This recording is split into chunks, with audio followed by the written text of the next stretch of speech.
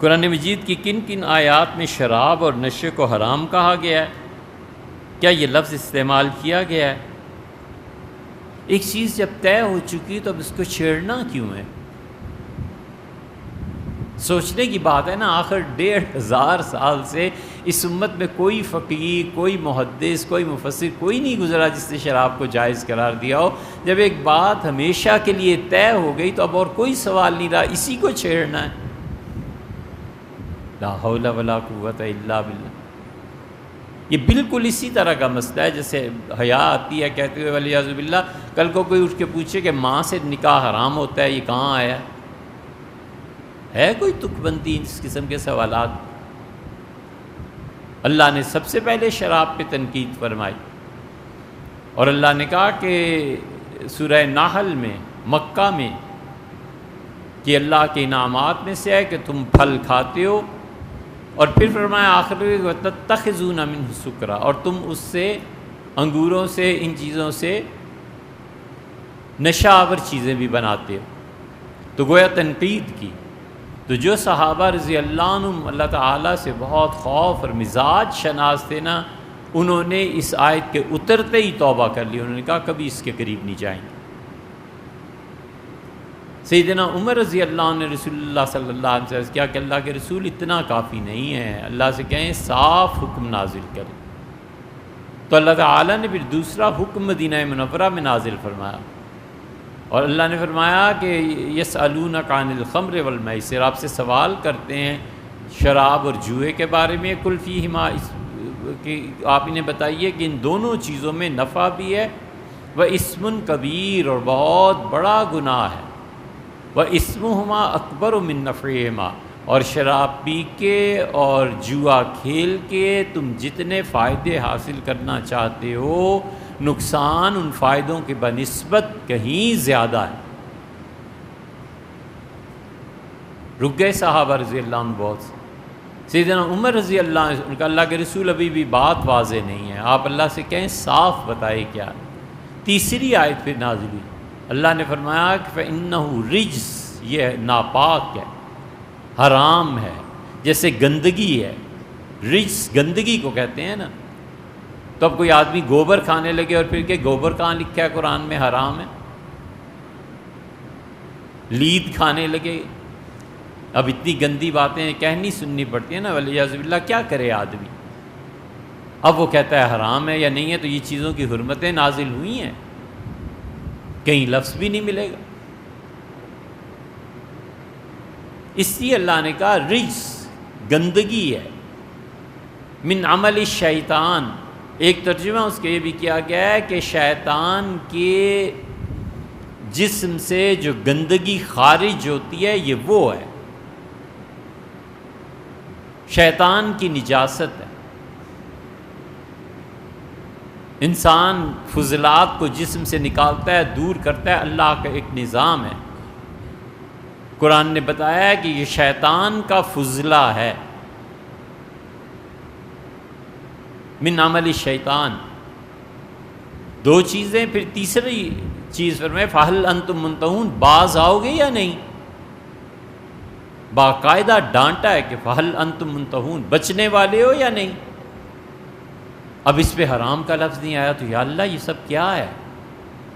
کل کو والعیاذ باللہ کوئی کسی جانور کی گندگی کھانے لگے، پھر کہیں قرآن میں کہاں آیا جی حرام ہے؟ یہ آیات ہیں سورہ مائدہ کی، اور لفظ کون سے استعمال کیے گئے ہیں؟ یہ سارے الفاظ حرمتی کے تو ہیں۔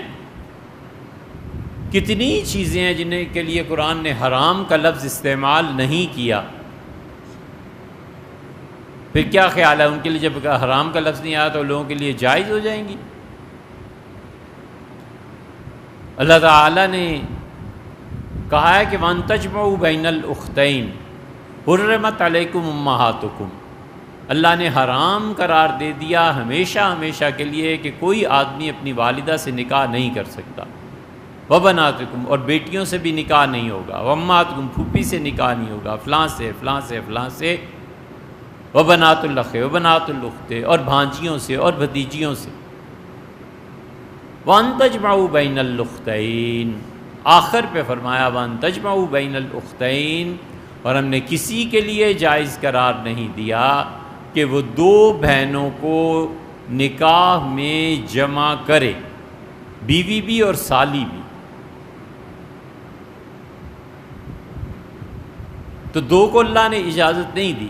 اس سے فقہا نے مسئلہ نکالا ہے، وہ کہتے ہیں کہ بیوی اگر کسی بچی کی خالہ ہے تو خالہ اور بھانجی ان دونوں کو نکاح میں جمع کرنا جائز نہیں ہے۔ بیوی پھوپھی بنتی ہے اور آگے دوسرا نکاح آدمی کرنا چاہتا ہے اور وہ بھتیجی بنتی ہے، تو پھوپھی اور بھتیجی دونوں ایک مرد کے نکاح میں ایک ہی وقت میں رہے، یہ جائز نہیں ہے۔ قرآن نے کہاں کہا ہے کہ حرام ہے؟ قرآن نے تو کہیں نہیں کہا، قرآن نے صرف یہ کہا کہ بھتیجی سے نکاح حرام ہے، بس ٹھیک ہے۔ بیوی اور بھتیجی دونوں کو جمع کرنا یہ قرآن نے کہاں بتایا ہے؟ اب کل کو یہ بھی اٹھ کے کہہ دے کہ جی قرآن نے تو حرام نہیں کہا لہٰذا یہ بھی جائز ہے۔ یہ سب تعویلیں ہیں، اور کوئی اتنی بڑی بات نہیں یار، کوئی ڈرنے کی بات نہیں، اور چند برس ہی تو ہیں، آنکھیں بند ہوں گی، اللہ کے ہاں پہنچ جائیں گے، تو یہ جو حلت اور حرمت کا ٹھیکہ لیا ہوا ہے نا، وہاں پہنچ کے پتہ چلے۔ بہت زیادہ گھبرانے کی بات ہے، بہت زیادہ احتیاط کرنی چاہیے کہ حلال اور حرام کا منصب اللہ کے پاس۔ حضور اقدس صلی اللہ علیہ وسلم خود کسی چیز کو حرام نہیں قرار دے سکتے تھے، سمجھے؟ یہ مسلک ہے بحر العلوم جو فواتح الرحمود کے مصنف ہیں رحمہ اللہ، اور شاہ عبدالعزیز صاحب محدث دہلوی رحمۃ اللہ تحفہ استعشریہ میں لکھا ہے، انہوں نے لکھا ہے کہ رسول اللہ صلی اللہ علیہ وسلم کی بھی یہ اتھارٹی نہیں تھی کہ وہ اللہ کی اجازت کے بغیر کسی چیز کو حرام یا حلال قرار دیں۔ البتہ امام احمد رضا خان صاحب اس کے برعکس گئے، وہ کہتے ہیں اللہ تو ہے ہی، حضور صلی اللہ علیہ وسلم کی بھی اتھارٹی تھی، لیکن سوچا جائے کہ جس اتھارٹی حضور صلی اللہ علیہ وسلم کے متعلق اختلاف ہو گیا امت میں کہ وہ بھی کسی چیز کو حرام کہہ سکتے تھے یا نہیں کہہ سکتے تھے، تو عام امتیوں کا تو ٹھکانہ اور منصب ہی کیا ہے؟ انہیں کس نے کہا کہ تم کسی چیز کو حرام اور حلال قرار دو؟ تمہاری اتھارٹی تم ہوئی کیا چیز؟ اس لیے جتنی باتیں رسول اللہ صلی اللہ علیہ وسلم نے ثواب اور عذاب کی باتیں بتا دیں بس ہے۔ ہم میں سے کون ہے جو نبی کریم صلی اللہ علیہ وسلم کی نبوت میں شرک کرتا ہے؟ حضور صلی اللہ علیہ وسلم نے فرما دیا کہ ان دنوں میں تکبیر پڑھتے رہو، اللہ کو پسند ہے، اور یہ فرمایا کہ جانور کا خون زمین پہ گرانا اللہ کو سب سے اچھا عمل یہ لگتا ہے۔ اب ایک ایکٹر اٹھتا ہے اور وہ کہتا ہے کہ 25,000 30,000 بکرا ذبح کرنا تھا، اس کی بجائے میں نے واٹر کولر لگا دیا۔ بھائی تمہاری اتھارٹی کیا ہے؟ تمہیں پتہ نہیں ہے کہ تم رسول اللہ صلی اللہ علیہ وسلم کے مقام میں جا کر دخل دے رہے ہو؟ تم ہمیں سمجھا رہے ہو کہ اللہ کا قرب اس میں زیادہ ہے، تم ہمیں بتا رہے ہو کہ خدا اس سے زیادہ خوش ہو۔ پتہ ہے کہاں جا کے اثر پڑتا ہے؟ اثر یہ پڑتا ہے کہ ہم قیامت میں اللہ کہے گا کہ کیوں؟ ہم کہیں گے اللہ حضور صلی اللہ علیہ وسلم نے بتایا تھا، اور تم کہنا کہ میری عقل نے بتایا تھا۔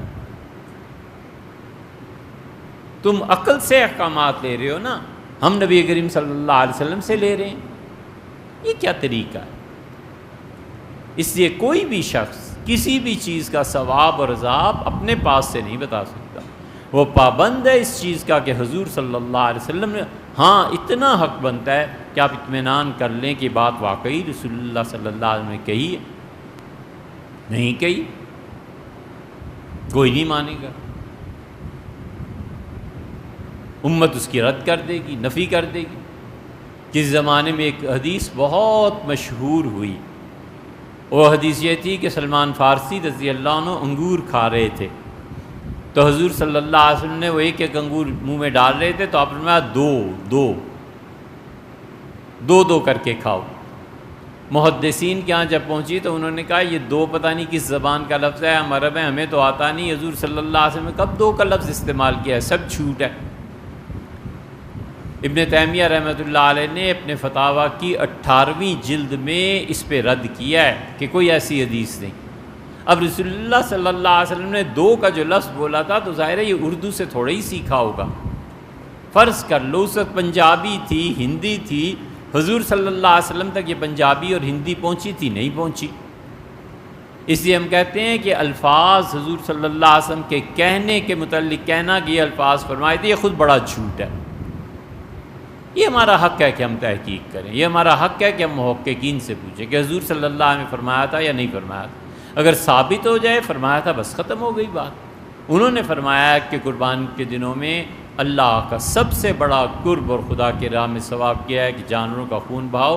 حضور صلی اللہ علیہ وسلم یہ نہیں کہہ دیا کہ کنویں کھدوا دینا، نہ یہ فرما دیا کہ یتیموں کی مدد کرو، نہ یہ فرما دیا کہ غریبوں کو کھانا کھلا دو.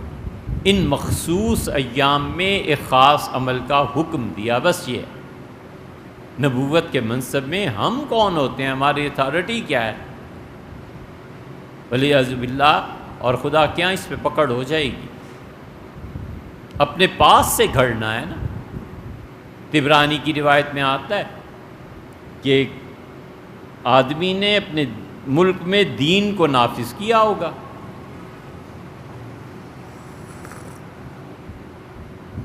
مجرم پیش ہوا، اس نے کہا اسے 101 درے لگاؤ. 101 درے لگائے گئے. وقت بدلا، حکومت بدلی، وہی جرم وہی چیز کا 99 درے مارو. اس کو 99 مار دیے گئے. حضور اقدس صلی اللہ علیہ وسلم اللہ دونوں کو اپنے پاس بلائے گا اور اس سے کہے گا کہ میں نے 100 مقرر کیے تھے، تم نے 101 کیوں مارے؟ ایک درہ زیادہ کیوں رسید کیا؟ وہ کہے گا پروردگار یہ رعایا نہیں مانتی تھی، بندے باز نہیں آتے تھے. تو اللہ تعالیٰ فرمائیں گے انت احکم بہم منی، یہ جو تیرے زمانے کے لوگ تھے ان کے بارے میں تو ہم سے زیادہ عقل مند ہو گیا تھا، تجھے زیادہ پتہ چل گیا تھا کہ کتنے دروں سے لوگ کنٹرول ہو جائیں گے، اور میرا حکم بدل دیا. اور دوسرے کو بلائیں گے اور فرمائیں گے کہ تم نے کیوں کم کر دیے؟ وہ کہے گا کہ اللہ مجھے ترس آ گیا تھا. تو اللہ تعالیٰ فرمائے ارحم بہم منی، اچھا تو مجھ سے زیادہ میری مخلوق پہ شفقت اور رحم کھاتا ہے. تو رہا فی النار، حکم ہوگا دونوں کو جہنم میں پھینک. تو ثواب و عذاب یہ رسول اللہ صلی اللہ علیہ وسلم کا منصب ہے، وہ بتا سکتے ہیں. ان کے بعد نبوت ختم ہو گئی، اب کون بتا سکتا ہے؟ نبی کریم صلی اللہ علیہ وسلم یہ فرمایا کہ کتے کو پانی پلانے پہ ایک عورت بخش دی گئی. سبحان اللہ، بالکل ٹھیک ہے. ہم میں سے کوئی یہ نہیں کہہ سکتا کہ میں نے تمہیں پانی پلایا اور میں بخش دیا گیا. نہ، میرے بارے میں کچھ پتہ نہیں. میں پانی پلاؤں، سب کچھ کروں، اور اللہ تعالیٰ کہہ دیں کہ کوئی چیز قبول نہیں ہے، ختم ہو گئی بات. اللہ نے فرمایا قیامت میں ہم کچھ لوگوں کے اعمال کی طرف توجہ کریں گے جنہوں نے بڑی بڑی نیکیاں کی ہوں گی. فجعلناہ حباء منثورا، میں انہیں ایسے اڑا کر رکھ دوں گا جس طرح ریت کو ہوا اڑا کے رکھ دیتی ہے. ایک عمل قبول نہیں ہوگا. اس لیے اللہ کی بے نیازی سے ڈرنا چاہیے. کجا یہ کہ اس منصب میں جا کے دخل دینے لگے. سارا دار و مدار اللہ کی قبولیت پہ ہے، اللہ کی بخشش پہ ہے. اسی لیے کہتے ہیں نا ایمان امید اور خوف کے، امید رکھے اللہ سے کہ اللہ نے یہ توفیق دی ہے، انشاءاللہ ہو گیا.